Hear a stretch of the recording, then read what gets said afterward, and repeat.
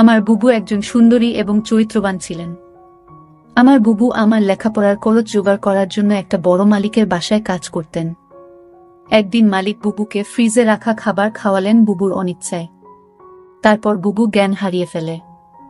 অজ্ঞান অবস্থায় মালিক বুবুর সাথে। বাকি ঘটনাটি গল্পতেই বলছি।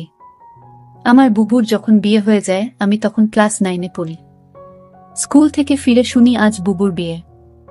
আব্বা আমাকে বললেন, শিবু ঢাকা থেকে মেহমানরা আসবে, তুই এক ছুটে বাজারে যা, আফজালকে বল তার ডেকোরেশনের চেয়ার পাঠাতে। আমি এক দৌড়ে বাজারে চলে গেলাম। আফজাল চাচাকে যখন সব বলছি, 2টা প্রকাণ্ড গাড়িকে বাজার পেরিয়ে আমাদের বাড়ির দিকে যেতে দেখলাম। আফজাল চাচা বললেন, যাক রুনার অনেক ভালো ঘরে বিয়ে হলো, তোদের অবস্থা এইবার ফিরবে। বুবুর কি সত্যি ভালো বিয়ে হচ্ছে? আমি জানি না। আমি শুধু জানি বুবু চলে যাচ্ছে আমাদের বাসা থেকে। তারপর কি হবে? কে আমাদের খাবার রেঁধে দেবে? কে আমাকে চুপি চুপি তার মাটির ব্যাংক ভেঙে আমাকে মেলায় যাওয়ার টাকা দেবে? বুবুকে ছাড়া যে আমার জীবন চলতে পারে আমি সেটা কল্পনাও করতে পারি না। কলেজের এক প্রোগ্রামে আমার সুন্দরী বুবুকে দেখে নাকি দারুণ পছন্দ করেছে এক বড়লোকের ইঞ্জিনিয়ার ছেলে। তার চাপে পড়েই তার পরিবার রাজি হয়েছে এই বিয়েতে। নইলে আমাদের মতো মধ্যবিত্ত ঘরে এত বড় আত্মীয় হওয়ার কথা না। সবাই বলাবলি করছে বুবুর কারণে এইবার আমাদের ভাগ্য ফিরবে। আমার জন্মের সময় আমার মা মারা যান, বুবুর বয়স তখন 8। আমার স্কুল শিক্ষক আব্বা আর বিয়ে করেননি, বুবুই মানুষ করেছে আমাকে। আমার জগত ঘিরে তাই আমার বুবু। বিয়ের আসরটা হয়ে গেল দায়সারা ভাবে। বিয়ে নাকি 2 পরিবারের বন্ধন, কিন্তু আমার সেটা মনে হলো না। পাত্রের বাবা সারাক্ষণ মুখ কালো করে রাখলেন। পাত্রের ছোট মামা আমাদের ঘর বাড়ি উঠান ঘুরে ঘুরে দেখলেন, মাঝে মাঝে নাক সিটকালেন, আমাকে ডেকে বললেন, তুমি কোনো ক্লাসে পড়ো? আমি কিছু বলার আগেই কেউ একজন বলল, শিবু পাইলট স্কুলে পড়ে, ফার্স্ট বয়, 5-এ বৃত্তি পেয়েছে, ক্লাস 9-এও পেয়েছে। আমার লজ্জা লাগলো, কিন্তু ছোট মামা শুধু একটু নাক সিটকালেন। সেদিন গাড়িতে ওঠার আগে বুবু যখন আমাকে জড়িয়ে ধরে নিঃশব্দে কাঁদছিল তখনও আমার কষ্ট লাগছিল। 3 দিন পর নতুন জামাইয়ের বউ নিয়ে নাইওর আসা কথা। আব্বা পাড়া প্রতিবেশীদের নিয়ে রান্নাবান্নার আয়োজন করলেন। একটা গাড়ি ভাড়া করে নতুন জামাইকে আনতে পাঠালেন। গাড়ি ফেরত এলো। নতুন জামাই আসতে পারবে না, তার কোনো জরুরি কাজ পড়ে গেছে, পরে সময় করে আসবে। বুবু আসলো আরও মাস 3 পর। একটা সাদা রঙের গাড়ি থেকে বুবু নামল। আমি ছুটে গেলাম।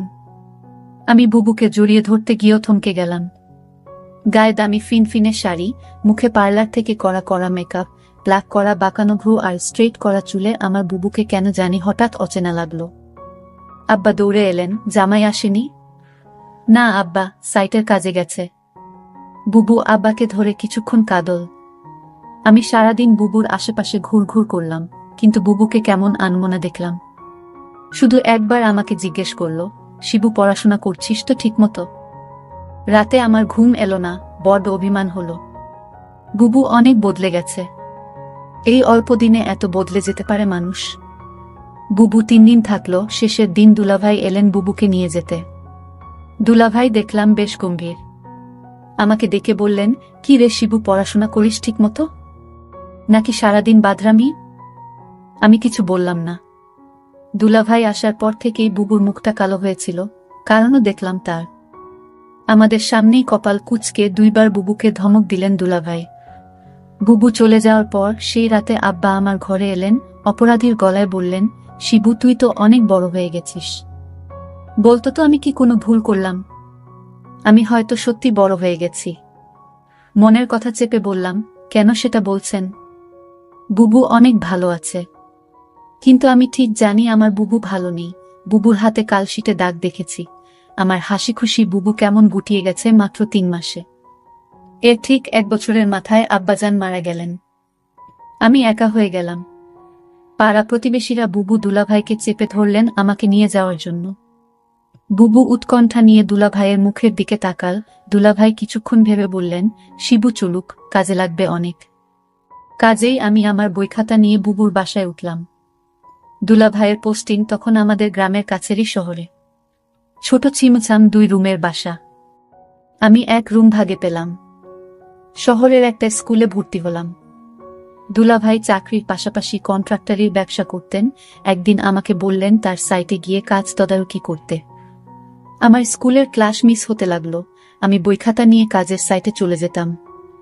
সারাদিন কাজ শেষে বাসায় ফিরে খুব ক্লান্ত লাগত। আমার রেজাল্ট খারাপ হতে শুরু হলো। বুবু একদিন ভয়ে ভয়ে দুলাভাইকে বলল, শিবু ভালো ছাত্র, ওর পড়াশোনায় ক্ষতি হচ্ছে না তো? দুলাভাই তেতে উঠলেন, গরিবের ছেলে খেটে খেতে হবে। পড়াশোনা করে কি হবে? যতটুকু দরকার ততটুকু শিখলেই হবে। বুবু তাড়াতাড়ি বলে উঠলেন, ঠিকই তো শিবু, পড়াশোনা করে প্রতিষ্ঠা পেতে সময় লাগবে। তুই দুলাভাইয়ের সাথে কাজ শেখ, অনেক কাজে লাগবে। আমি বুবুর কথায় অবাক হয়ে গেলাম। এই বুবুই আমাকে তৈরি করেছে। সবসময় বলতো পড়াশোনা করে একদিন অনেক বড় হতে হবে। পড়াশোনা ছাড়া আমার আর কোনো কাজ নেই। আজ কত পরিবর্তন। আমি দুলাভাইয়ের সাইটে কাজ দেখতে লাগলাম। ক্লাস 9-এর একটা কিশোরের জন্য নিশ্চয়ই খুব সহজ কাজ না, কিন্তু আমি শিখতে লাগলাম, সাথে পড়াশোনায় করতাম সাইটে। সাইটের লোকজনের কাছেই খবর পেতাম দুলাভাইয়ের কর্মকাণ্ড নিয়ে। দুলাভাই আরো কয়েকজনের সাথে প্রেম করে বেড়ায়। আমি টের পাই। মাঝে মাঝে বুবুর চাপা কান্নার আওয়াজ পাই।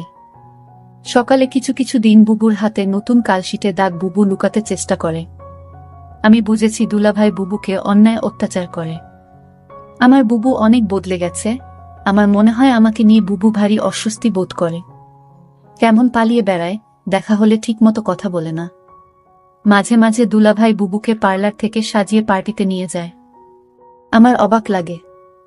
তবু এক একটা দিন যখন বাসায় দুলাভাই থাকে না, হঠাৎ সেই পুরান দিনের মতো বুবু তেল নিয়ে এসে বলে, শিবু আয় তোর মাথায় দিয়ে দিই। আমার চোখে পানি আসে। আমি লুকাবার চেষ্টা করি। একদিন অনেক রাতে ফিরে দুলাভাই আমাকে ঘুম থেকে ডেকে তুললেন।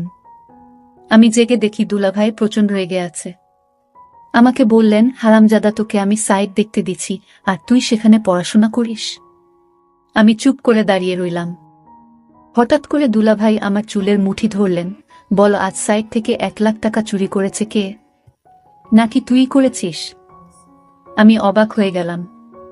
সাইটের টাকা পয়সা সংক্রান্ত কোনো কিছুর সাথেই আমি জড়িত না। আলাদা অ্যাকাউন্টস আছে। তবু বললাম, আমি কিছু জানি না দুলাভাই। তুই জানিস না? কেন জানিস না? তুই এর সাথে জড়িত শিওর? আমার খেয়ে আমার সাথেই দাওতাবাজি। দাঁড়া। দুলাভাই তার বেল্ট দিয়ে আমাকে মারতে আরম্ভ করলেন। আমি সারা জীবনে কখনো মার খাইনি। পরিবারে আদরে মানুষ হয়েছি। স্কুলে ভালো ছাত্র হওয়ায় স্যারেরা অত্যাধিক স্নেহ করতেন। আমি দেখলাম বুবু পাথরের মতো দাঁড়িয়ে আছে। দুলাভাই একসময় ক্ষান্ত দিয়ে চলে গেলেন। আমি সারা রাত বিছানায় শুয়ে কোকালাম। চেষ্টা করলাম মুখ দিয়ে শব্দ না করতে। আব্বা মৃত্যুর আগে বলেছিলেন, শিবু, পুরুষ হয়ে গরিব ঘরে জন্মাইছিস। সামনে অনেক কষ্ট আসবে, শক্ত থাকবি। কখনো কাঁদবি না। পুরুষদের কাঁদতে নেই। পরদিন সকালে আমার ঘুম শরীরে হালকা জ্বর নিয়ে উঠে দেখি বুবু বসে আছে আমার শিয়রে। শিবু, উঠতে পারবি? আমি মাথা নাড়লাম। হ্যাঁ। তাহলে চল। তাকিয়ে দেখি বুবু একটা ব্যাগ গুছিয়ে রেখেছে। আমি বললাম, কোথায়? বাড়ি ফিরে যাব, চল। তুই আবার ভালো করে পড়াশোনা শুরু করবি, আমি দরকার হয় বাসায় কাজ করব। দুইজনের একটা ব্যবস্থা হয়ে যাবে। আমি অবাক হয়ে তাকিয়ে রইলাম। বুবু আমার জন্য তার স্বামীকে ডিভোর্স দিয়ে চলে এলো এবং সেই বাড়ি থেকে চিরদিনের জন্য চলে এলো। তারপর বাসায় আমি আর বুবু থাকি। বুবু একটা বড় লোক বাসায় কাজ পেল। তাদের কাপড় ধোয়া, রান্না করা ইত্যাদি তাদের কাজ করতে হবে। মাস শেষে যে টাকাটা পাবো সে টাকা দিয়ে আমার লেখাপড়ার খরচ আর পরিবার চলে যাবে। বুবু যে বাড়িতে কাজ করে সেই বাড়ির মালিক বুবুকে একদিন বলেছিল, তোমার যত টাকা দরকার আমি দিব, তুমি শুধু একটি কথা রাখো। বুবু বলল, আমি বাসায় কাজ করি, এটাই আমার চলে, অতিরিক্ত টাকার আমার দরকার নেই। বুবু বুঝতে পেরেছিল বাসার মালিকের চরিত্র ভালো না। তারপরও বুবু এই বাড়িতে কাজ করে যে টাকা পেত সেটা দিয়েই আমাদের মাস চলে যেত। মালিকের বাসার সবাই একদিন কোথায় ঘুরতে গেল। শুধু মালিক বাড়িতে ছিল। মালিকের নাম আছান আলী। বুবু বলল, আজ তো বাসায় কেউ নাই, তেমন কাজও নাই, তাহলে আজ আমি চলে যাই। মালিক তখন বলল, শোনো, অনেক কাজ পড়ে রয়েছে। কি কাজ পড়ে রয়েছে মালিক? মালিক বলল, বাসায় কেউ নাই, আমার দেখাশোনা কে করবে? আমি বলেছিলাম, ও তাই তো। মালিকের জন্য রান্না করলাম, ঘর পরিষ্কার করে মালিককে খাবার দিয়ে বললাম, রাত অনেক হয়েছে, আমার ছোট ভাইটা চিন্তা করছে, আমি এখন যাই। মালিক দমক দিয়ে বলল, এই মেয়ে, তুমি এই বাড়ির চাকরানী। মালিক যখন আদেশ করবে তখন তুমি এই বাড়ি থেকে যাবে, তার আগ পর্যন্ত এখান থেকে এক পাও লড়বে না। আমি তখন নিশ্চুপ হয়ে দাঁড়িয়ে রইলাম।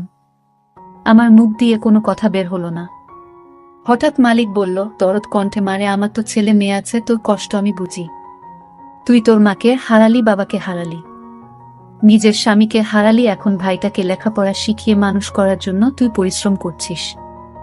আমি মালিকের হঠাৎ এরকম ভালো কথা শুনে আমি কিছুটা অবাক হলাম, কিন্তু সে মুখে যা বলছে চেহারায় তা প্রকাশ পায় না। আমাকে বলল, আমার স্ত্রী, ছেলে মেয়ে তারা 2 দিনের জন্য ট্যুরে গেছে। আমি বলেছিলাম, আপনি যাননি কেন? আমার ঘোরাফেরা তেমন একটা ভালো লাগে না, আমি এর আগে বহুবার ঘোরাফেরা করেছি, এখন আর ভালো লাগে না। তুই আমার মেয়ের মতো, ধর তোকে আমি কিছু টাকা দিলাম, তোর ভাইয়ের সামনে পরীক্ষা ভালো মন্দ কিছু খাওয়াইস। আমি বলেছিলাম, আমার টাকা লাগবে না। মালিক তখন আমায় জোর করে টাকাটা হাতে ধরিয়ে দিল, আমি না নিয়ে পারলাম না। মালিক আমার প্রতি হঠাৎ এমন দরদ দেখাচ্ছে কেন? যখন মালিকের ছেলে মেয়ে বাড়িতে ছিল তখন তো তিনি এরকম দরদ দেখায়নি। আমি মালিকের এরকম ভালো ব্যবহার দেখে কিছুটা অবাক হলাম। এরকম কথা বলতে বলতে প্রায় রাত 11টা বেজে গেল। ওইদিকে আমার ভাই আমার জন্য চিন্তা করছিল। আমি মালিককে বলেছিলাম, এখন আমি যাই। সে তখন বলল, না, আজ তুমি যেতে পারবে না, এই বাড়ি তোমার পাহারা দিতে হবে। আমি বলেছিলাম, দেখুন সাহেব, আমার ডিউটি তো সকাল 6টা থেকে সন্ধ্যা 6টা পর্যন্ত। মালিক তখন আমাকে অবাক করে বলল, তাই বলে যদি আমার সমস্যা হলে তুমি দেখবে না? আমি তো তোমারে আমার মেয়ের মতোই দেখি। মালিকের কি উদ্দেশ্য ছিল আমি তা জানি না, তবে এইটুকু বলতে পারি মালিক তেমন ভালো না। তবে আজ আমার সাথে সে খুব ভালো ব্যবহার করল। তবে এর আগে যে আমার সাথে ব্যবহার খারাপ করেছিল তা বলছি না, তবে লোকের মুখে শুনি মালিক ভালো না। কিন্তু আজ মালিক আমাকে কিছুতেই বাড়ি যেতে দিচ্ছে না কেন? আমি সেটা নিয়ে দুশ্চিন্তায় পড়ে গেলাম। এর মধ্যে মালিক বলল, আজ আমি নিজ হাতে খাবার তৈরি করেছি। আমি বললাম, কেন নিজ হাতে আপনি খাবার তৈরি করলেন? খাবার তো আমি রান্না করেছি, তার মধ্যে আপনি আবার রান্না করলেন কেন? আরে না মা, সেই খাবার না, ফ্রিজে আমার স্ত্রী আমার জন্য কিছু ভালো খাবার আলাদা রাখতো, সেই খাবার নিয়ে আসলাম। আমি বললাম, ও আচ্ছা। তারপর আমায় বলল, নে মা, আমরা একসাথে আজ খাবার খাই, পেটে বড্ড খিদে পেয়েছে। আমি বললাম, আপনি খান, আমি বরং রান্না করা খাবার খাই। মালিক তখন আমার সাথে বায়না করে বলল, দেখো, তুমি যদি আজ আমার দেয়া খাবার না খাও তাহলে বুঝবো তুমি শুধু টাকাকে ভালোবাসো, এ বাড়ির মানুষদের ভালোবাসো না। আমি তার কথায় কিছুটা অবাক হলাম। মালিক বলল, ঠিক আছে, তুমি খাবারটা খেয়ে বাসায় চলে যাও, তোমাকে ছুটি দিয়ে দিব। আমি তখন খুশি হলাম। বাবার বয়সী একজন মানুষ আমাকে এত করে বলছে ফ্রিজে রাখা ভালো খাবার খেতে। যাই হোক, আমি শেষ পর্যন্ত হেরে গেলাম। আমি খাবারটা খেলাম, আর ফ্রিজে রাখা খাবারটা খাওয়ার জন্য রাজি হলাম তার একটাই কারণ, মালিক বলেছিল আমায় ছুটি দিয়ে দিবে খাবারটা খেলে। আর তাই আমি ফ্রিজে রাখা খাবার খেলাম। খাবারটা ভালোই লাগলো, দামি খাবারের আগে আমি এমন খাবার কখনো খাইনি। আমার খেয়ে ভালোই লাগলো। খাওয়া দাওয়া শেষ করতেই আমি বললাম, মালিক, এবার যাই। এই কথা বলতেই আমি চোখে কিছুটা ঝাপসা দেখতে পেলাম। আমার চোখ অন্ধকার হয়ে আসতে লাগলো। আমি বেহুশ হয়ে মাথা ঘুরে পড়ে গেলাম। তারপর কি হয়েছিল তা আমি বলতে পারবো না। আমার পরের দিন দুপুরে জ্ঞান ফিরে। আমি জেগে দেখি আমি হাসপাতালে কেবিনে শুয়ে আছি। আমার ছোট ভাইটা বলল, বুবু, তোমার কি হয়েছিল? আমি আমার ছোট ভাইকে জিজ্ঞেস করলাম, আমি এখানে কিভাবে এলাম? ছোট ভাই আমাকে বলল, বুবু, আমি তোমার জন্য অপেক্ষা করতে করতে কখন ঘুমিয়ে পড়লাম। আমি বলতে পারলাম না, কিন্তু আমার সকাল সকাল ঘুম ভাঙার পর আমি তোমার রুমে গিয়ে দেখি তুমি বাসায় ফিরোনি। আমি তখন দৌড়ে তুমি যে বাড়িতে কাজ করো সেই বাড়িতে গেলাম। গিয়ে দেখি তুমি মালিকের ঘরে অজ্ঞান অবস্থায় শুয়ে আছো। তারপর মালিককে আমি জিজ্ঞেস করলাম, আমার বুবুর কি হয়েছে? সে বলল, ঘুমিয়ে আছে, কি আর হবে, তবে তোমার বুবুর মনে হয় প্রেশার কম হয়ে গেছে, তাই ক্লান্ত হয়ে শুয়ে আছে। আমি বলি কি, তোমার বুবুকে হাসপাতালে নিয়ে একটা সেলাইন দাও, তাহলেই সব ঠিক হয়ে যাবে। টাকা যা লাগে আমি দিয়ে দিচ্ছি। তখন মালিক আমাকে 5,000 টাকা দিয়ে বলল, যাও তোমার বুবুকে হাসপাতালে নিয়ে যাও। আমি তোমাকে হাসপাতাল নিয়ে আসার পর ডাক্তাররা বলল পরীক্ষা করতে হবে। ডক্টর বলল, তোমার প্রেশার কমে যায়নি, তোমাকে খাবারের সাথে কিছু মিশিয়ে তোমাকে অজ্ঞান করা হয়েছে। তারপর ডাক্তার বলল, মেয়েটি তোমার কি হয়? আমি বললাম, আমার বড় বোন। তোমার সাথে আর কেউ আসেনি? না ডক্টর, বুবুর আমি ছাড়া আর কেউ নাই। আমি ডক্টরকে জিজ্ঞেস করলাম কি হয়েছে। আমার বুবুর বলেন ডক্টর। ডক্টর বলল, তোমাকে বলা যাবে না। আমি আমার ছোট ভাইয়ের কথা শুনে বুঝতে পারলাম আমার সাথে কি ঘটেছিল। মালিক আমার সাথে এরকম অসম্মানজনক আচরণ করল। আমি এই কথাগুলো শুনছিলাম আর আমার চোখ বেয়ে বেয়ে পানি পড়ছিল। আমি সিদ্ধান্ত নিলাম মনে মনে আমি আর এই পৃথিবীর মুখ দেখতে চাই না। কিন্তু আমার ছোট ভাইটা আমাকে বলল, বুবু তোমার কিছু হলে আমি বাঁচব না বুবু। তুমি ছাড়া এই দুনিয়ায় আমার কেউ নাই বুবু।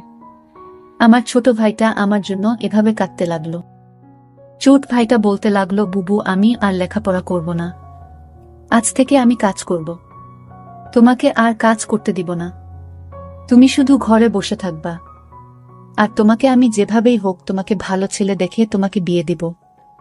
ভাইটার কথা শুনে আমার চোখের পানি ধরে রাখতে পারলাম না। আমি বেঁচে রইলাম আমার ছোট ভাইটার জন্যই। বন্ধুরা, আজকের গল্পটি তোমাদের কাছে কেমন লাগলো তা অবশ্যই কমেন্ট করে জানাবেন। ভালো থাকবেন সবাই, ধন্যবাদ।